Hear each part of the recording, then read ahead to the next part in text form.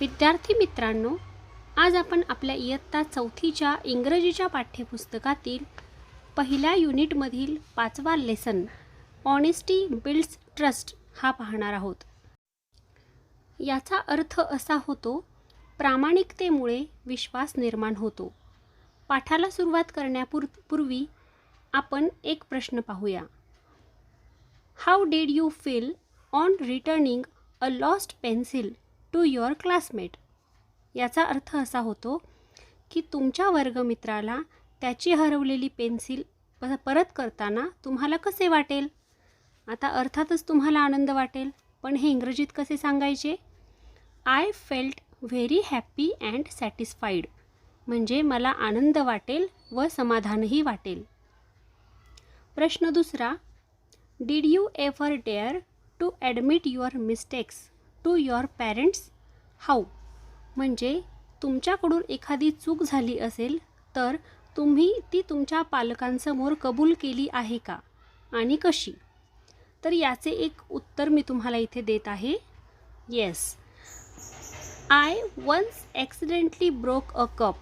I was scared but I gathered courage and told the parents truth and I ॲपोलोजाइज्ड.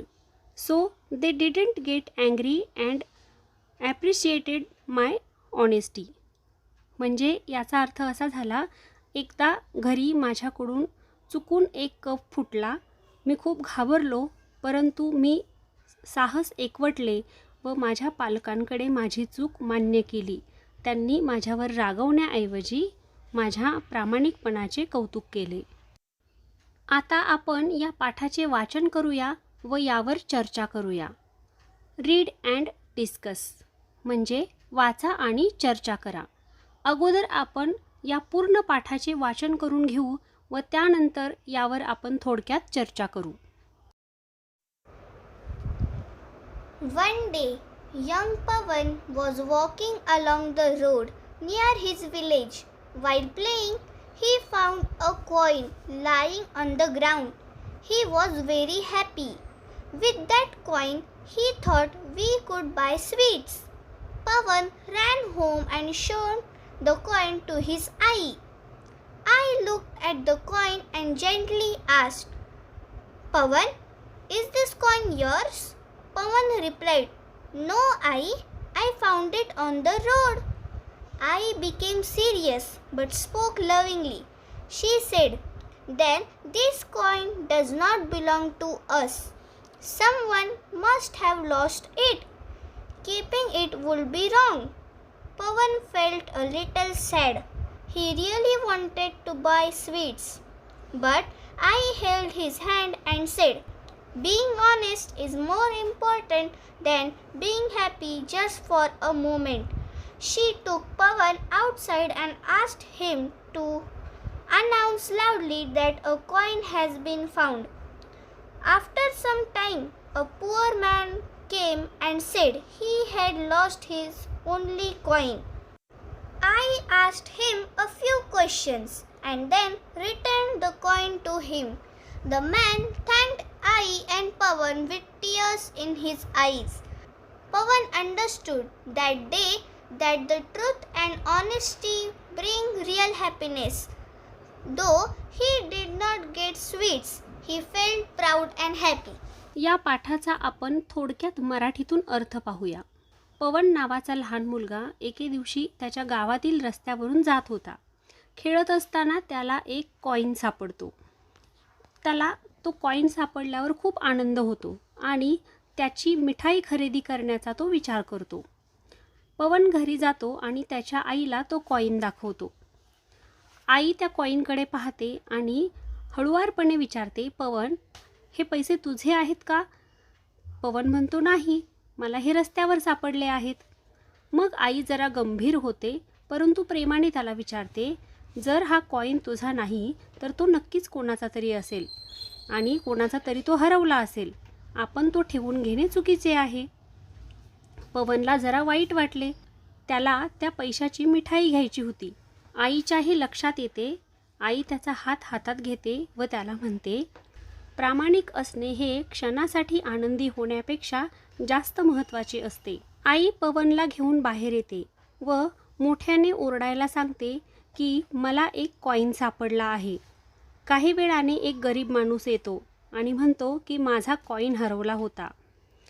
आई त्याला काही प्रश्न विचारते आणि नंतर तो कॉईन त्याला देऊन टाकते. तो माणूस आईचे व पवनचे आभार मानतो. असे करताना त्याच्या डोळ्यामध्ये अश्रू येतात. पवनला त्या दिवशी हे समजते की सत्य आणि प्रामाणिकपणा आपल्याला आनंद देऊ शकतो. जरी त्याला त्या दिवशी मिठाई मिळाली नाही तरी आनंद व अभिमान मिळाला. Question C. Listen and repeat. हे शब्द ऐका आणि पुन्हा म्हणा. Felt, important, moment, announce, honesty. D. Collect good thought and write in your notebook. Present them in your school assembly.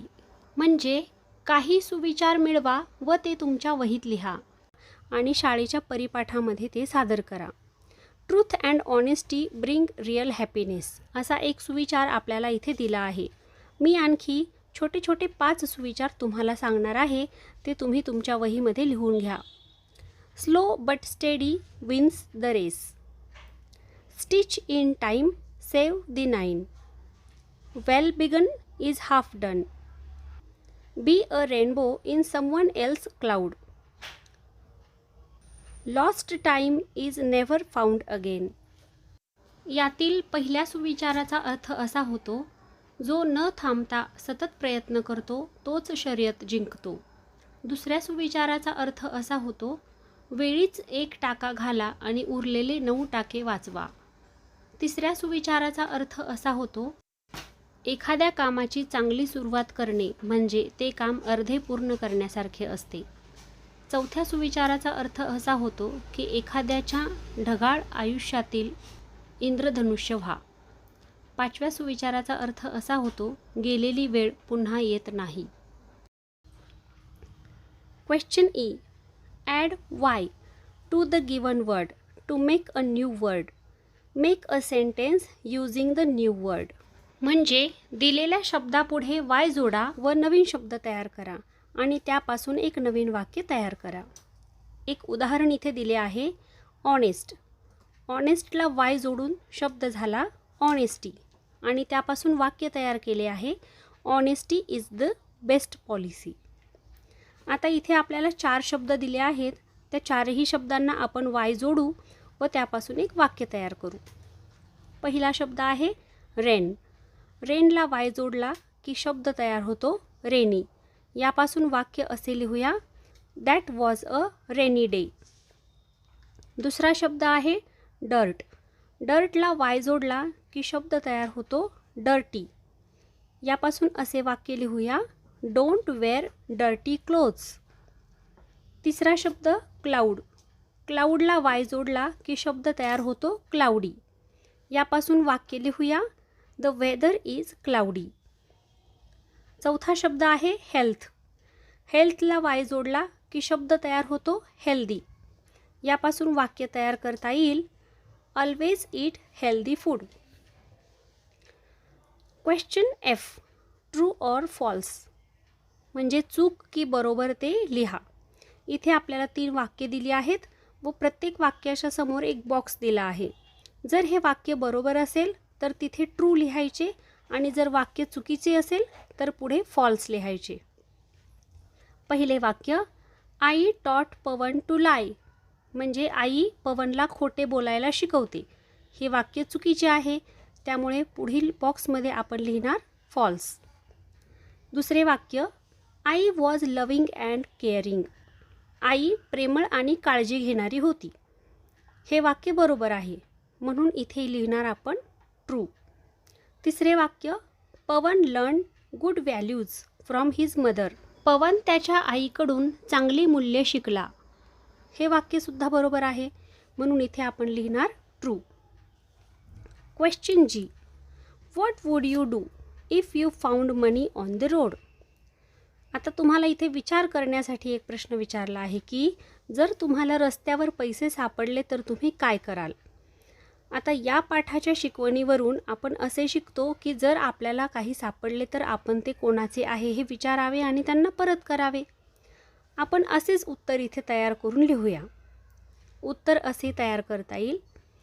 I will try to find its owner or hand over it to the local police. म्हणजे मला जे पैसे सापडले आहेत ते कोणाचे आहेत ते शोधून मी त्याला परत करेल, किंवा जर मला तिथे कोणी दिसले नाही तर मी तिथल्या स्थानिक पोलिसांकडे ते देऊन टाकेन. Question H.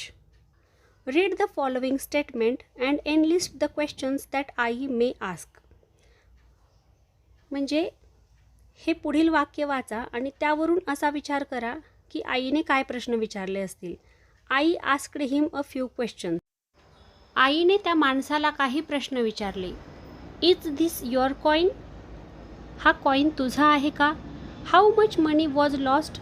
किती पैसे हरवले होते. Where it was last seen. तू शेवटी हे पैसे केव्हा पाहिले होतेस. असे सामान्य प्रश्न ती विचारेल.